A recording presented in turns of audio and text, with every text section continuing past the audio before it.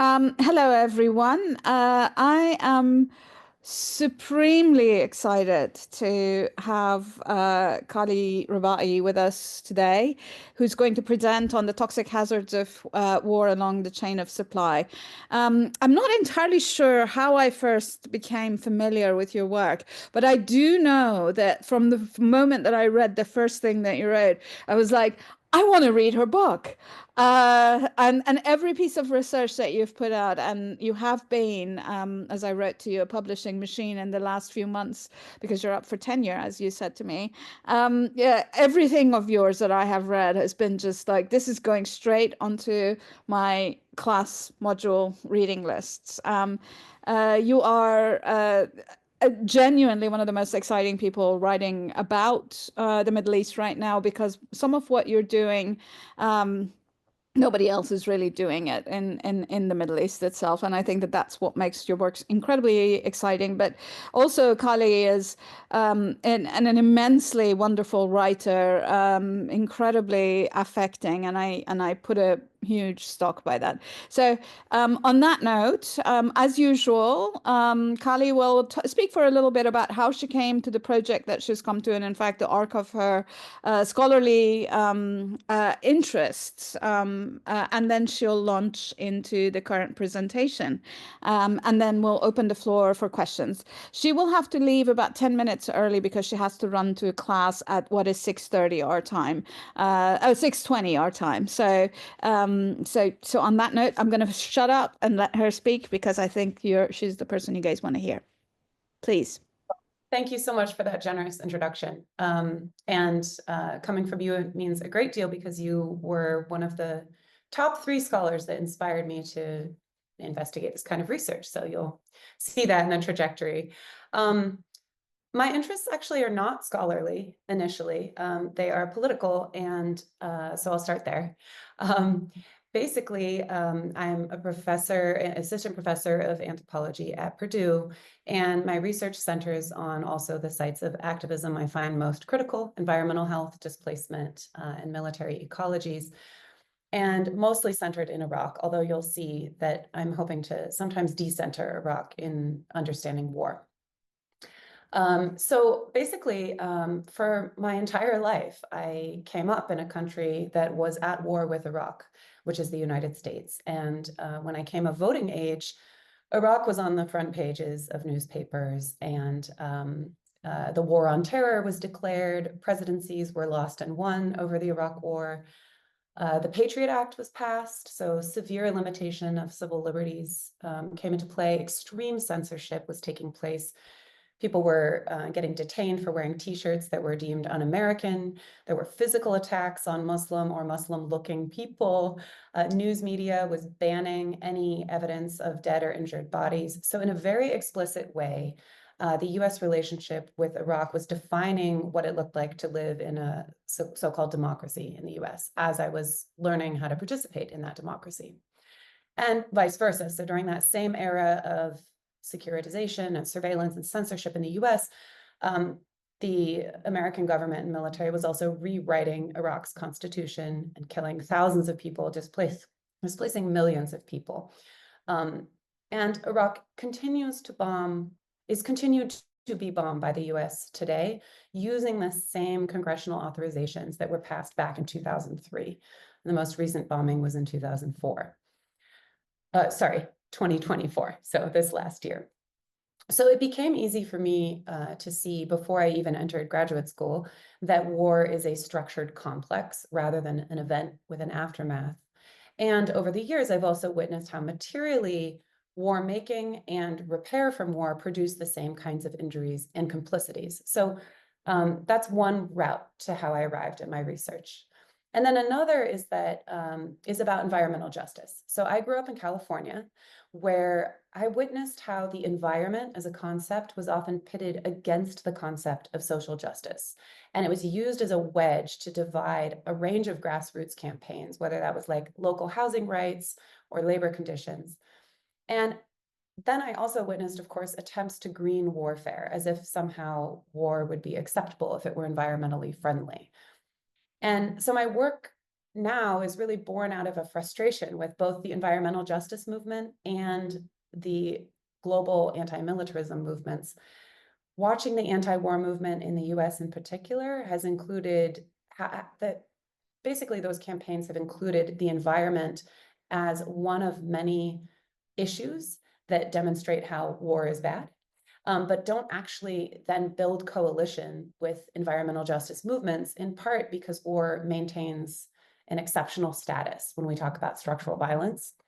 And then on the other hand, environmental justice movements tend to underestimate or undervalue the impact of militarism on climate change or the role of militarism in accelerating social inequalities that are linked with environmental harm. So my orientation to my research is based on the assumption that social justice and environmental justice are inseparable, and that because of this, military violence, like displacement or dismemberment and death, can't be expunged from discussions about ecological devastation. And I was really struck by a much more concise way of saying this that my colleague Zainab Aguz summarized at a conference 2 years ago. She said, we have to demilitarize climate justice or we're just left with ecofascism. And for me, that's one of the key stakes of doing research in the first place. And then the third route to my current work is that when I was in college, I contact who's now a dear friend, Ross Caputi, and my mom, Deborah Ellis, all co-founded a reparations organization. And for over a decade, the ISLA Reparations Project, as it was named, remained kind of the center of my politics and my research. And the whole purpose of this organization was for Europeans and Americans to crowdsource funds for a wide range of reparative efforts that Iraqis were undertaking on the ground under the basic banner that we owe Iraq reparations, whatever that we was and whatever reparations looked like. And while I was doing field work in 2014 and 2015 for my dissertation, I was also, and often primarily, coordinating surgeries and food supply deliveries and hospital runs and construction work, all funded through this crowdsourcing. And in the meantime, I was also undertaking the other part of a reparations framework, which was bearing witness and speaking out about violence to audiences that were complicit in that violence by nature of their position. So my research at that time was really about testifying and sharing stories about people's experience with torture and home demolitions and property destruction and ecocide and genocide. And around that time, actually a little before, when I first started doing advocacy and research in 2009, when I was in Jordan, Eve Tuck, who's a prominent scholar and very popular in anthropology, called for a moratorium on damage-centered research. And Tuck was arguing that this kind of research that I was doing is about cataloging grievances with an aim towards reparative justice, and that the audience and forms of justice that are available to that kind of research tend to reinstantiate the same regimes that caused that violence in the first place. And I agree with Tuck, but I was and am still being asked by my interlocutors to do damage-centered justice work. So I participate in and then also critique forensic research that aims to support legal and political advances in social justice campaigns. But lately, my writing and research has turned more to focusing on resurgent forms of diasporic survival, while I'm still doing damage-centered research. So the kind of research I'm doing now, I call it forensic ethnography. And that basically just means that I'm working in a very braided relationship with justice campaigns towards reparative and sometimes even retributive forms of justice. And this has meant that forensic data that I'm gathering, often ethnographic data, but sometimes other forms, is meant to lend itself to very specific aims, like demonstrating a causal relationship between weapon X and health outcome Y for the goal of identifying a war crime or informing policy. And that kind of forensic ethnography is especially important in Iraq because the US and its allies were leading wars and sanctions for the last 30 years or so. They also developed widespread censorship of Iraqi deaths, and there was basically a wholesale gaslighting project that the violence that was happening in Iraq was being denied, or worse, it was being justified as a form of salvation. So a spinoff of this forensic ethnography is supply chain research, which I have found opens a space for both damage-centered research and desire-based research. And the goal of this is that understanding how transnational projects actually function, like a transnational project like war, and also what is at stake for specific communities that are facing shared patterns of harm, is to support disruption. And I have come to understand that disruption is very different than reparative justice because it's also world building. So it's about way more than seeking redress for past violence. It's also about building a world otherwise. And so through this research, I've found that I'm connected with communities that are otherwise unlikely to connect to each other, and often over intersecting aims to dismantle a system that causes harm in one place, labor violence in another, bombings, environmental devastation. Everyone has different experiences along the chain of supply, but they're connected through kind of collaborative world building. So that has brought me to my current project, which is basically to both participate in and critique reparative justice. My current research project is this interdisciplinary study on environmental exposures to war-making industries. And that includes 3 parts. One is health research that's on military exposures and birth anomalies. That's in partnership with Fallujah Hospital and a Purdue research team here. The second is supply chain research that's in partnership with Mark Griffiths as part of the War and Geos project based in the UK. And then the third is my parts per million project, which basically is me writing back to these projects as a foil to the kind of epistemic violence that making forensic evidence produces. Because I'm mostly working with small, disorganized groups of farmers and miners, sometimes environmental activists and construction industry workers, I'm particularly interested in responding to their concerns about where and how to target the chain of supply to improve their health conditions. And as I collaborate with scholars who are doing things like measuring substances like lead in parts per million, I've also come to really question the idea of thinking in chemical terms about toxins and toxicity. So in this talk, I want us to just bear in mind and think about toxicity in the colloquial sense of a toxic relationship, which is basically just, here, I'll show you a slide. These are my research goals. I'll return to those in a second, but I want to show you this, which is basically I'm toying with the idea of toxic relationships to think about the kinds of arrangements that disrupt the capacity for thriving in some cases in order to fuel a destructive enterprise for others. And that's often done in the name of collaboration and peace and the greater good. So I'm taking the premise that war is a structured complex rather than an event, and that toxicity is a relational problem rather than one of substances. And doing that, I'm going to start in the belly of the military-industrial complex. So I'm centering my work here in the middle in Fallujah, but I am also tracing this really diffuse supply chain of military harm and following the circulation of metallics of war that have been captured, weaponized, and enslaved for the project of war making. And these are some of my field sites. So we're starting in Fallujah, and this is based on my forensic fieldwork in 2021 and 2024, where I'm tracing the supply chain of explosives.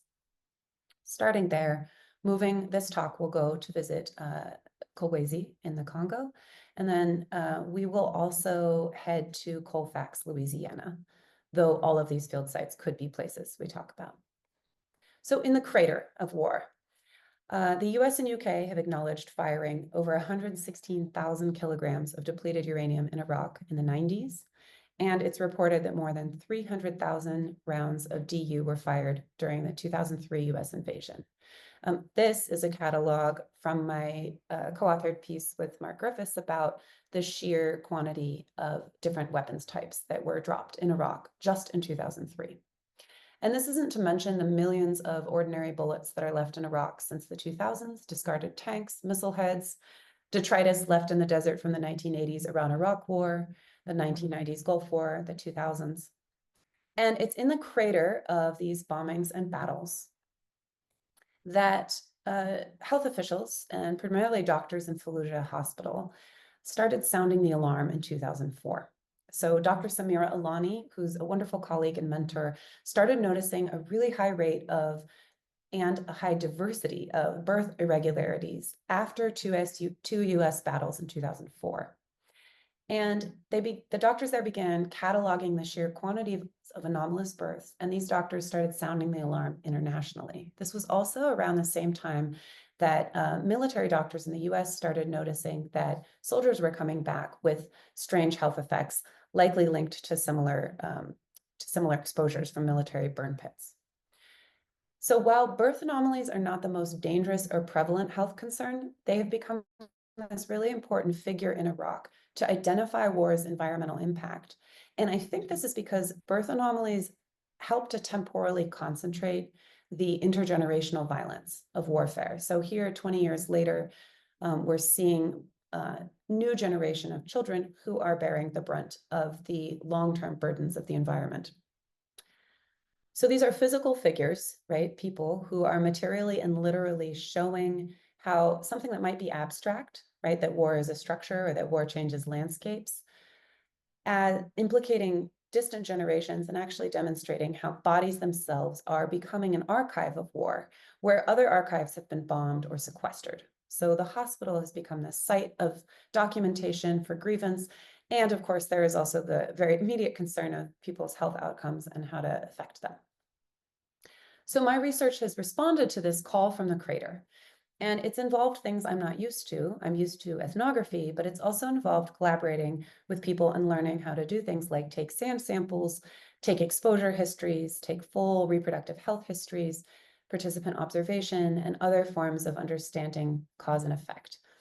And this is a case control study for the most part that compares exposure for people who have reproductive health problems with those who don't, and try and understand the factors. While the analysis for the epidemiological outcomes is very slow, one of the key findings is that people who return back to the crater or back to the site of detonation to rebuild and repair have a higher rate of anomalous or non-viable births. This is a picture of a Geiger counter measuring radiation levels in the soil, and then the collection of soil samples that have now gone to Purdue labs. So in the crater, and across generations, the possibility for recourse are squeezed. So I'm going to talk about Lena, for example. I met her in 2022. She was 5 months pregnant, very poor, without a lot of resource for extra food or medical care. And Lena and her husband had lived for years in Umbria, not far from a really large military burn pit. And she even remembers seeing plumes of black smoke in the backdrop of her daily life, and sometimes the smell of burning plastic. This was at a time when US bases were burning very large quantities of military waste, including tanks and tires, but also, paper and human waste. This family also lived for years in Julan neighborhood. And that is the most heavily bombarded neighborhood in Fallujah. It was bombed by the Americans twice in 2004 and occupied and missile-ridden by ISIS in 2014. And then it was again barrel bombed in Iraq by the Iraqi government in 2016. So Julan is, if you can see my cursor, this area in the upper corner. And it is also where we have found a slightly elevated metal contamination in the soil and also a higher rate of congenital anomalies. So when Lena went to her 4-month pregnancy checkup, she discovered that her baby had no brain and would not survive. And when I asked her what she thought the cause of her child's anomaly was, she said, "I leave it to God." But her husband insisted that this was caused by war, and her husband was desperately trying to help her at the time get an abortion so that she wouldn't have to go through the very real dangers of birth in Anbar province and the trauma of carrying a child she would never raise. And then, of course, the very likely medical risk of the fetus dying and causing an infection before labor. So the context is this: abortion is illegal in Iraq, but the Fallujah hospital has a special committee for cases when the mother's life is in danger. And it seems from the relatively recent history of this committee, which was started after the US invasion, that this governing body was formed in response to the increased rate of birth anomalies that people were experiencing post-war or during the war. The medical committee told Lena that they would approve an abortion if the local fatwa committee agreed. So the Fatwa committee did not agree because the request was made after the 4th month of pregnancy, and they would have been able to approve the abortion if it were before. So Lena is essentially coerced into carrying her child to term in spite of the risk and in spite of her strong desire to not be pregnant, because essentially she wants to be able to have children who will survive, and she doesn't blame the committees. The circumstances are just unfair to begin with because she's facing these imperial burdens and trapped in a web of toxic relationships. When I met with the Fatwa committee, the Islamic council that's responsible for issuing decrees like divorce and abortion, the clergy were outspoken in their own frustration about this web of toxic relationships. And they had this knowledge that they wanted to share. They get a lot more abortion requests for severe birth anomalies than they ever have before. And they noted that the number of abortion requests for this reason rose sharply after 2004. And then after sharing this, they asked me as an American to speak back to this. They said, was this intentional? Did your government intend to cause intergenerational harm? And I shared my view that a lack of intentionality doesn't absolve the US of moral culpability.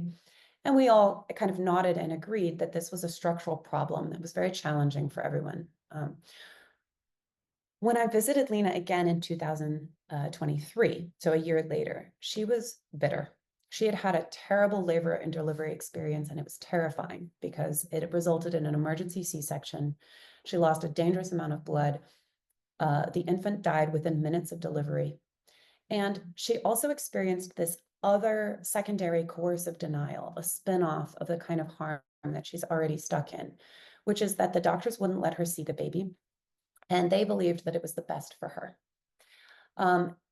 What she wanted was for her child's death to be registered and counted as a mortality. But the hospital has an incentive or has been directed to qualify this as medical waste or to not count the birth, in part because a high rate of congenital anomalies being reported would make people trying to move to Fallujah less appealing. So there's a complicated web of destructive violence happening for people like Lena. Lena's child had anencephaly. The baby's cause of death was documented as incompatible with life and not as a death. So it is true that it's possible one specific teratogenic toxin entered Lena's body or her husband's and disrupted the fetus's ability to grow a brain. But likely it was more than one thing that caused this, and the conditions of possibility are shaped a lot more by displacement, poverty, destroyed medical infrastructure, and in Lena's case, God. And the conditions of being able to conceive a child on a cluttered landscape that is environmentally toxified is more about the convergence of factors, including individual toxins. In the case for Lena, the chemotoxic probabilities are one factor. That's what we're trying to measure in parts per million. But the toxic relationships produced by political and material infrastructure, what we might call corruption or neglect, are also there. So after the devastation of Iraq's public healthcare infrastructure, there was never really any public infrastructure rebuilt. Everything that's been rebuilt in Iraq has been privatized. And that is what makes birth anomalies more likely to be lethal than not. The primary cause of death among children under the age of 5 in Iraq is lower respiratory tract infections, diarrhea, and measles. And those are all the result of destroyed water and medical infrastructure. There are birth anomalies that are quite common everywhere in the world, like heart valve anomalies that can be repaired very easily with a corrective surgery, but you have to have the hospital infrastructure to prevent those from becoming lethal. People are relying on at-home filters for water and on generators to compensate for a lack of public water and electricity. In cities like Fallujah, the public hospital is so underfunded. There's just one doctor specializing in fetal medicine at a site where congenital anomalies are so widespread. And during my field work, I was regularly observing women walking out of labor and delivery just 30 minutes after giving birth because the bed space was so in such high demand, they had to do their recovery at home. So in 2024, when participants in my study were invited to return for non-invasive heavy metal measurements of their bones, hair, blood, nails, one of Lena's neighbors was giving his drop of blood, and he turned to my colleague, Dr. Wells, and he murmured to her a really important sentence. He said, "You're paying me 25 dinar for a drop of my blood. How much will you pay me for my dead child?" And his was this important commentary on the values that are written into the infrastructure of even biomedical research, let alone biomedical care. This neighbor was naming something about toxic relationships that are forged by empire. So amidst all of this infrastructure that disinvites Lena and her neighbor and her offspring from thriving, I also went around gathering these soil samples, blood samples, trying to look essentially for forensic traces of the weapons that are in part responsible, but not entirely responsible for the toxic relationships that have now become the place where Lena is immersed. You can see here, this is a photograph of a crater with two exploded cars, two cars that have been bombed or blown up that are sitting in the back of a neighborhood in Fallujah. And on the right is my tap water quality, which in spite of the green bucket, you can see is also full of particulate matter that would require a filter if I were to cook and clean with it. So as I am looking around this landscape, I am starting to ask this important question, which is, where did all these metals come from? And are they causing harm in those places too? So decentering Iraq for just a moment and thinking about where these metals are coming from, we're going to travel to another field site of mine, the Kolwezi mines in Congo. If we can imagine the landscape, these are just a few pictures that I flashed from the road. Because war is a toxic relationship that establishes these conditions of unmitigated extraction, these efforts to measure particulates in parts per million, uranium in the soil and bones, they're also really myopic in actually understanding the toxic burdens of this supply chain. They don't account for Rachel Carson's very established understanding that individual toxins might be protested or banned or replaced or removed. As long as the policies and practices of extractive empire remain intact, the toxification of landscapes will remain a key feature of war. So it's not so much the uranium or the lead as much as it is the relationship. So war in Iraq has, of course, conscripted transnational flows of minerals and has affected people well beyond the Arab world. So in DRC, in Kolwezi mines, the landscape is scarred similarly. It almost looks like a military battle. The roads are lined with T-walls and wire fences. It's a very militarized space. I don't have pictures of that. I wasn't comfortable taking them at the time. And here, artisanal miners are midwifing cobalt, cadmium, coltan, uranium, tungsten, tin, all of these metals out of the earth for weapons companies like Raytheon or tech companies like Apple. In 2021, I visited these mines and I accompanied a Congolese research team. And this is the birthplace, really, of future explosive wars. Some of these metals will land in guided missiles, and some of them will or already have landed in Iraq or other sites of classically defined war. And they'll end up in military burn pits in Guam or Colfax. And here, in this picture, you're seeing a national park. So when I was standing there, I was struck by the total lack of birdsong. There were no signs of wildlife at all. A few scrubby trees were growing where there was once this thriving multi-layer ecosystem. And while standing in this cradle of the weapons mineral supply chain, I was also standing in a metaphorical, although in other places, literal mass grave. Because here in Congo, wars over these minerals continue, and thousands of people also die digging them up. The miners there were speaking openly about their exposure to coltan dust and uranium. The two ores often come together. And they talked about hazards in their work that included toxicity, chemotoxic exposures, but also very basic mechanical dangers, breathing problems that occur during and after shifts underground, partly from toxic dust, but also because there are very low oxygen levels when you go that far underground. I heard more than one story about men whose bodies were so irradiated that when they walked past television sets, the signal would scramble or even switch the TV off. And when I mentioned my research on reproductive health, and how people in Iraq are affected by these same minerals, some of the workers laughed actually, because they expressed that they would be lucky to live long enough for all of that to happen. One of their key concerns was mine shaft collapse that buried men alive regularly. And this illustrated their point, right? The sheer lack of safety in their work means that the dangers there are much faster than cancer or reproductive harm. And when I asked about air and water quality for people who were living near the mines but not doing mining, villagers chuckled about the quality as a luxury problem, because the mines have depleted the local water supply so much that there's simply not enough water. So the question of toxicity is the slowest of their worries when it comes to health. Chinese companies primarily, although there are other companies, contract for mining rights in these locations, and they don't actually hire any employees. There's no obligation to ensure safe working conditions or environmental management. And people are coming as artisanal, which means they're coming on their own accord. They have access to the mines and they're pulling materials out, but they don't have any employee rights. They're not understood in those terms. Those who will die from this economy are likely to die long before, but may also have cancer and reproductive health issues at the same time.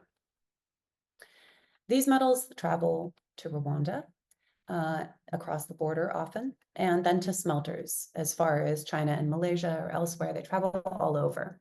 And as they travel, they accumulate financial value and toxicity. They become weaponized and increasingly potent.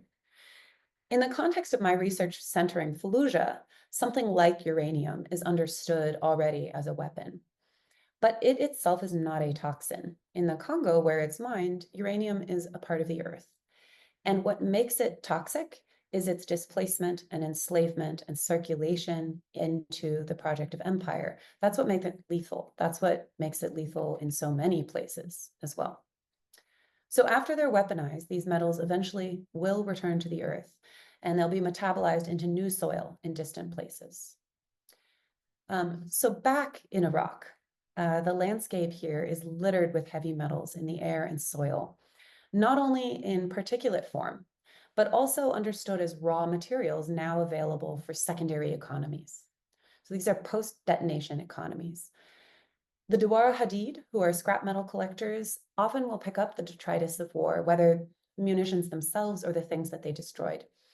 They'll gather those metals and truck them up to the north where they get recycled. And I'm putting recycle in quotations, but it is recycling. So in Iraqi Kurdistan, there's a place called Bazian Valley. Here, multinational concrete companies or construction-related companies, Lafarge, Monastir, other concrete companies are rapidly mining the limestone hills in the name of post-war repair and rebuilding. So in this area, there's very little environmental regulation because the idea is that rapid construction is required as part of the recovery of war. War metals are also recycled here. And we see a high rate of asthma, lung cancer, respiratory illnesses, and land dispossession.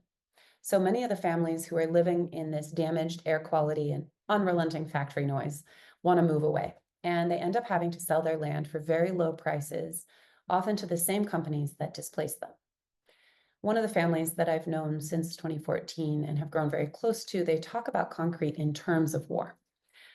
Kaswan, who's the head of household there, reminded me that in his generation, he and other Kurds fought off Iraqi armies, Arab armies, as they call them, for independence in the mountains. And now those very mountains are being taken down by bulldozer and dynamite blast. The sound of war and destruction taking over what was a former safe haven for him. And his son, who's actually one of the people pictured in the screen here, is seeking work at the nearest cement factory because the factories in his area are the only real source of employment since farming has become almost impossible. He can't get employment. There's a no locals employment policy. The factory managers that I interviewed in Bazian in 2015 and then later in 2013 told me that they're really afraid of worker dissent. They're afraid of how organized people living in Bazian are. And so what they do instead is they hire cheaper imported labor that's less organized and more docile from India and China.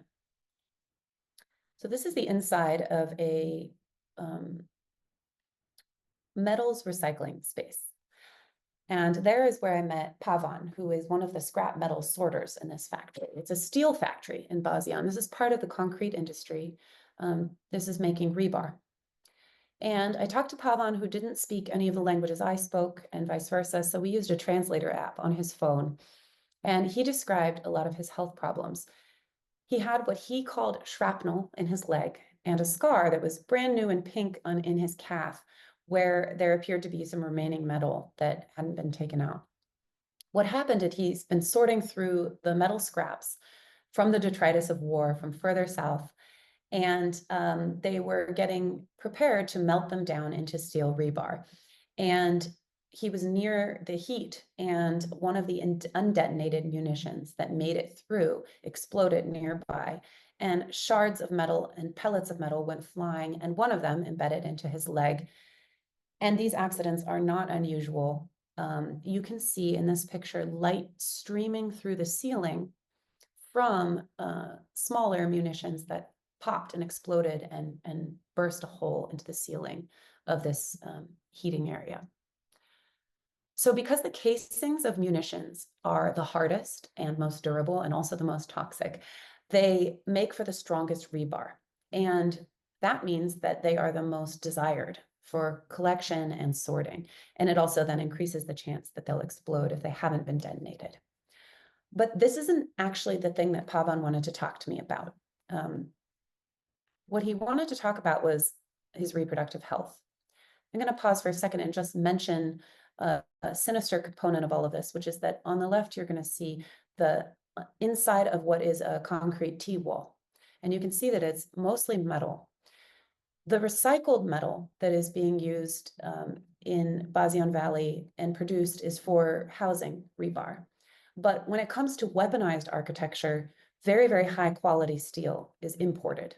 So again, there's a privatization and militarization of repair taking place. And the lesser quality and more rigid forms of rebar that are being used are also really at risk of collapse, whether from bombing or earthquakes, as we've seen in the Middle East lately. So having heard about my research on birth anomalies and how I'm going from site to site along the chain of supply to understand different health issues, he wanted to let me know that since he started working at the steel factory 6 years ago, he's returned home 3 times, and every single time he visited his wife, she became pregnant and then gave birth very early to infants that were disfigured or born dead. And he said, we don't know why, because we're very young and we had 2 healthy sons from before he started his work.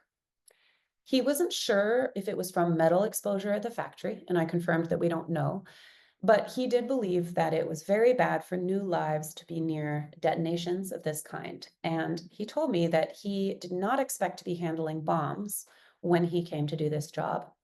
Worse, he said, I don't like handling the cars I see that were exploded. I'm touching the place where people died. In toxic relationships like capitalism or warfare, the capacity to thrive, as we all know, becomes entangled with being ill and injured.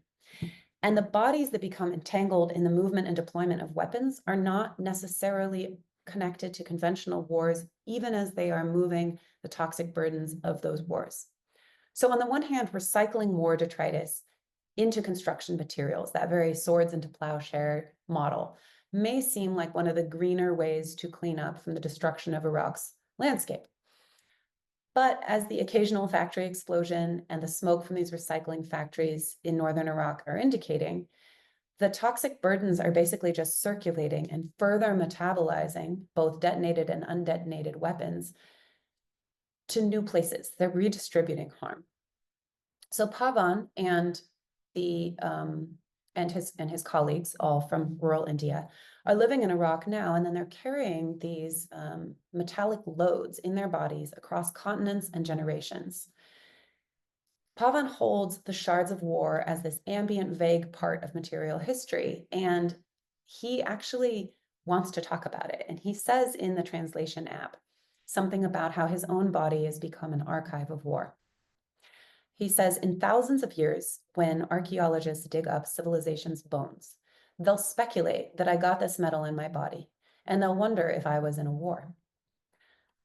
which I thought was incredibly insightful.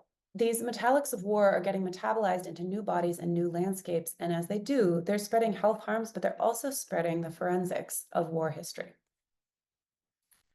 So steel rebar is one of many routes that metallics of war can take, but another place is often understood or referred to as the grave of the weapons supply chain, and that is military burn pits. Military burn pits are the most infamous for exposing military veterans in Iraq and Afghanistan to a wide range of toxins from tires, uniforms, tanks, computers, etc. But in other places, their main function, like in Colfax or Guam, which we call Guam, burn pits are used to dispose of undetonated weapons. So this is a picture from Guam. I'm actually going to have us zoom in here to Colfax, Louisiana, for a portrait of what's at stake there. Okay, so, there's this profound futility about a bomb that has been made and then destroyed without ever being used or deployed. And of course, it would be more futile if that bomb were deployed, damaged things and people. But there's something about the cradle to grave nature of the Colfax burn pit that encapsulates the, in addition to violent, also wasteful, silly, redundant kind of violence that warfare produces as an economy. So here, undetonated munitions from military training spaces like Camp Menin are shipped to Colfax, which is a small Black majority town in Louisiana. And they're burned there, but in the process of incineration, they're actually being detonated. So they're exploding and they're emitting this noxious smoke as they get burned down into ash. And these are basically unused munitions that would be for training and didn't get needed because there was such an excess of military supply. It is not a coincidence that Colfax is also the site of the 1873 Colfax Massacre. So the story here is that a group of white men with rifles and a small cannon overpowered free Black men who fled to the courthouse in Colfax. And most of the freed men were killed after surrendering. Nearly another 50 were killed later that night after being held prisoners for several hours. 3 of the white men who were also killed were commemorated in Colfax. And this is their commemoration. This memorial stands in stone alongside the cannon for, and you can see it's written in stone here, those who fell in defense of white supremacy. Or sorry, they died fighting for white supremacy. The memorial site is across from the courthouse, which was rebuilt in part by disinterring bodies and paving over others in a mass grave of those Black people who were killed in the massacre. So the site of explicit racism and military violence speaks to these layers. Most Black Colfax residents identify the burn pit as a clear case of environmental racism. The company, Clean Harbors, you can see the sign on the left here in the gate. This is a company that's tasked with disposing chemicals, weapons, and any toxic materials. It basically does the work of transporting and detonating military waste or other kinds of industrial waste. Clean Harbors has its major investment in transportation infrastructure. They truck waste from one place to another, or in the case of Colfax, they receive weapons from military bases and then distribute the fumes to the poorest civilian communities possible. In Colfax, the booming sound of war echoes in the daily life, and almost to the point where people don't notice. Crates of munitions are cooked down into ash, and it's so loud and so frequent that the houses actually shake gradually off of their foundation, and the floors are cracking, but also the water pipes crack. And this is a big issue in Colfax. Here's a picture of my colleague, Aaron Specht, measuring the soil and the water. When the pipes crack underground in Colfax because of the detonation vibrations, the water gets contaminated, and then the city pronounces it undrinkable and also unbathable. One of the residents in Colfax took off her wig to show me how her hair had started falling out when Clean Harbors ramped up their burns. Another community member worried about cancer, and her name is Maria. Maria has a 2-year-old daughter born with a congenital heart anomaly, and because the medical care is so poor in this rural area, she has to take days off to drive her daughter to appropriate medical care that's 5 hours each way by car.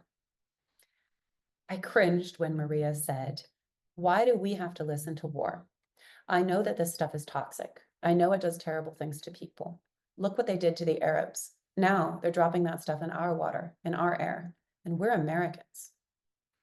Another resident of Colfax, Barb, also suffers from severe neurological problems and respiratory issues. But hers was based on heavy metal exposure and other forms of exposure from a military burn pit during her time as a soldier in Iraq. And she relies on oxygen to supplement her air. So while we were talking, she took pauses. She said, if it's for war, send it to the Iraqis, but don't poison me twice. I fought for this country. So in Colfax, we see an interesting collision between people seeking sort of citizenship rights by way of comparison to other people in the supply chain. And for Barb, the presence of Clean Harbor's burn pit represents this ongoing divestment from Black lives in the rural South, people who fought so hard to be treated as full American citizens. In Colfax, as in the DRC, I'm reminded of the claim by activists and critical scholars that the war on terror has deep roots in anti-Black racism. And in a material sense, this is obvious. The enduring legacy of the US war in Iraq has, in 2 continents, made Black bodies, among others, bear the chemotoxic and social toxic burdens of war.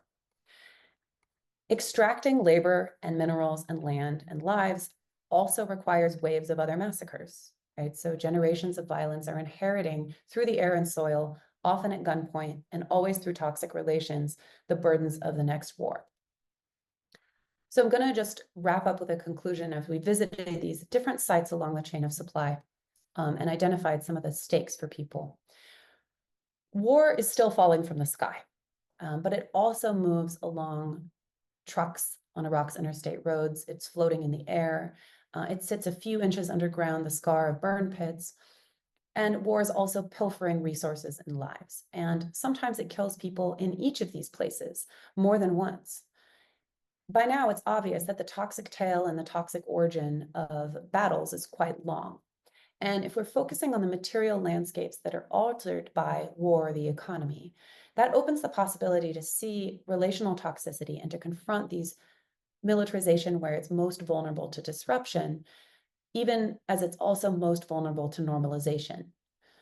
So if we're mapping militarism, we might say, it's these tiny traces of military supply that allow us to see how war in Iraq in the 2000s is also located in the bodies of Iraqi newborns in the 2020s, in the legs of scrap metal workers traveling to and from India, in irradiated bodies of artisanal miners in the DRC, in the hair and houses and water of residents in Colfax, Louisiana, and on and on and on.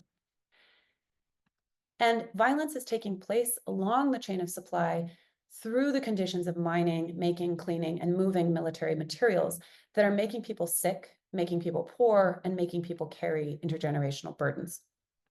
So many of the people that I mentioned in this talk see the connection between their lives and the war machine. But their immediate local struggles are about labor, health, and the environment. They're not likely to be anti-military activists. So it's through these trans-local labor and environmental justice efforts that we're able to understand centers of anti-war organizing through other lenses. And I really think strongly that it's along this chain of supply that radical disruptions are likely to have the most life-sustaining impact. So if it's, if a wrong turn in the Suez Canal can stop global trade in its tracks for at least a little while, or in the case of some Iraqis, pouring sugar into wet cement can stop the construction of a prison, then these intensive focuses on precisely these specific toxic choke points where war and capitalism are crystallized, that's where I think demilitarization from below is going to be the most fruitful. So it's in mines and in factories that leaders in demilitarizing survival are going to be met and followed and supported, but they're going to be doing it in the name of improving their own environmental and labor conditions. So basically my concluding points are these. Toxic relationships can't be improved upon. Revision attempts make things worse. That's like in the recycling case. Translocal labor and environmental organizing are key to the anti-war movement. And we all have to identify where we sit on the chain of supply and join our colleagues in that role, whether we're producers or not. And then lastly, that material disruption to this supply chain is one of the ways of being a good ancestor that reaches far into the future, as we're already witnessing generations born now that are facing the burdens of our failures to disrupt these military supply chains. So I'll go ahead and stop there, and we can have a further discussion. As always, after I listen to you, I'm at once despondent and utterly inspired. I have two questions. I'm gonna stop the recording after I ask my questions, and if you wish, you can tell me to shut it down right now. The first question is quite actually empirical or empiricist even. When you're talking about forms of disruption along the supply chain and forms of organizing, which are also translocal, how do you see that coming about, given also the constant constriction on forms of organizing, which we're seeing because of the rise of the right? So that's and also ongoing wars. We just before we started, we talked about, for example, Rwanda, and what's happening in Congo right now. But I'm curious about that. The second question is much more theoretical, and it actually goes back to your parts per million research, where I think, if I understood correctly, your parts per million research is actually questioning the fundamental or theoretical or conceptual or even ethical basis of your forensic work, which is what you just presented. Can you tell us a little bit about that, please? Yeah, happy to answer both questions with more questions. The first is that I don't have an answer to the question of how to either evade or confront restrictions on organizing, except to say that where those restrictions are happening is a signal of exactly where that power sits. And my understanding is that particularly the intellectual class that makes, we send professional emails and then sometimes write papers. We're not very good at building community across strategic lines in the way that we are used to. We're not as flexible. And so I think I have learned a lot from labor organizers, and still have a lot to learn about labor organizing. It's not been my area of focus. And I know you've done a lot of work on the history of the way that labor moves and changes that informs a lot. I also know that people have found that collaboration with unionized laborers allows for a lot more activist action. So dock workers, for example, have had a lot of power in disrupting supply chains.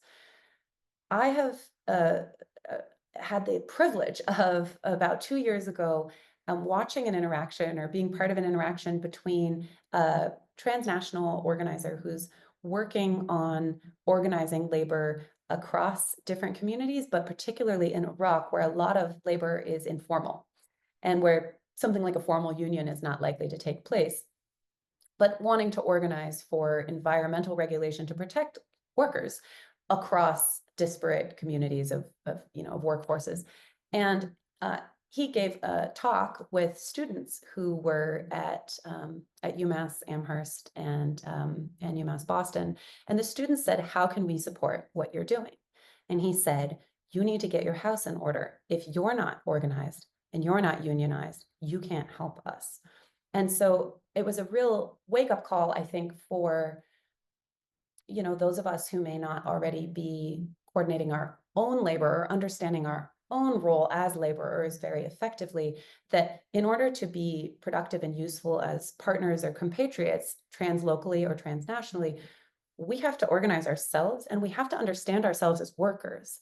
And that kind of class consciousness and labor consciousness is something that particularly academics could do a better job of doing and understanding themselves in relation.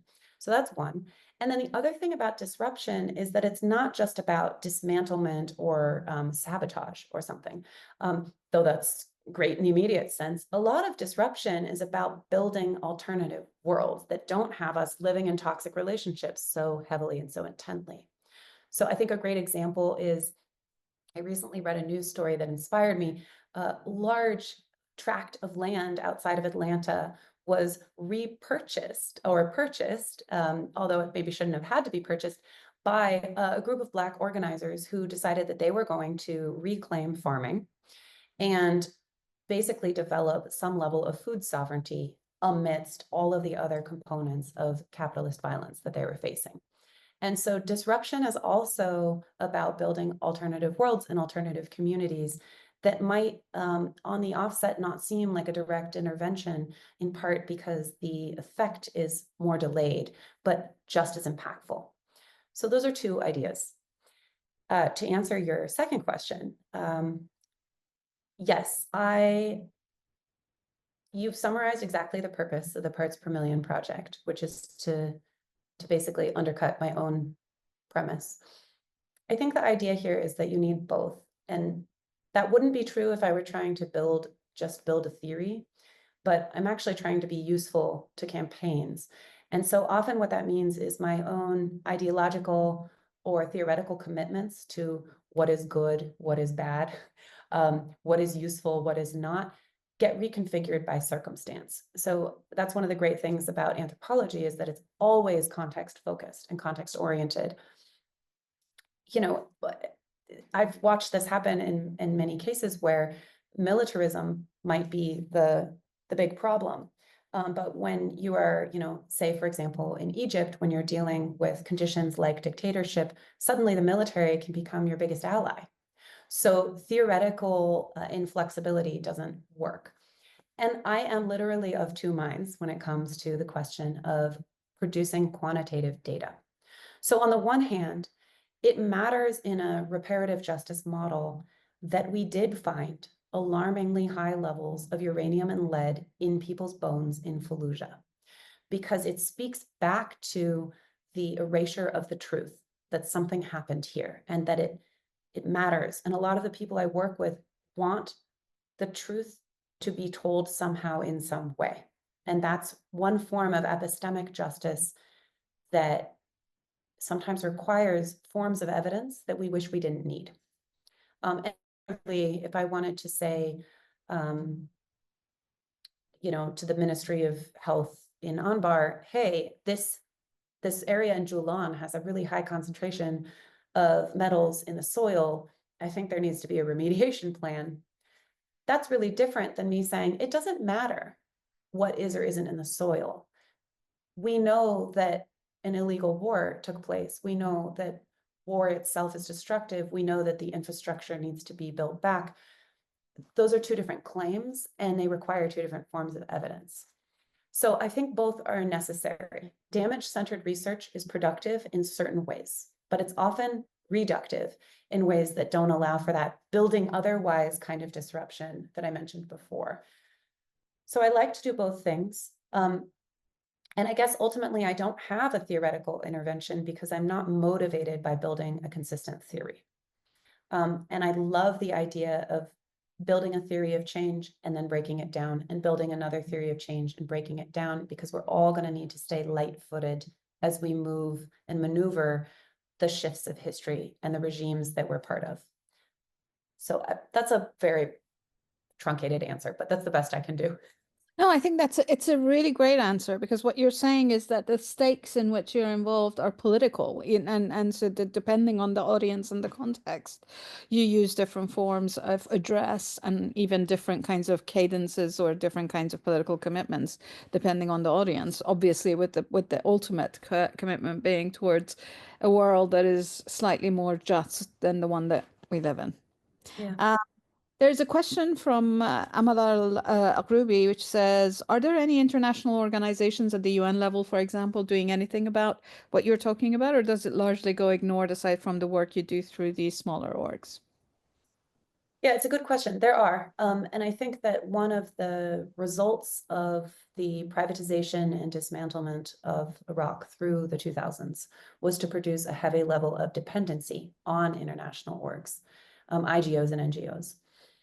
That said, I think that they have, organizations like UNICEF, or that, that we're familiar with, health organizations, World Health Organizations, are involved at the broader level and broker big policies like, should there be folic acid in the wheat, or what's the vaccine schedule? There are also smaller organizations that may be more agile. Zomia is a good example.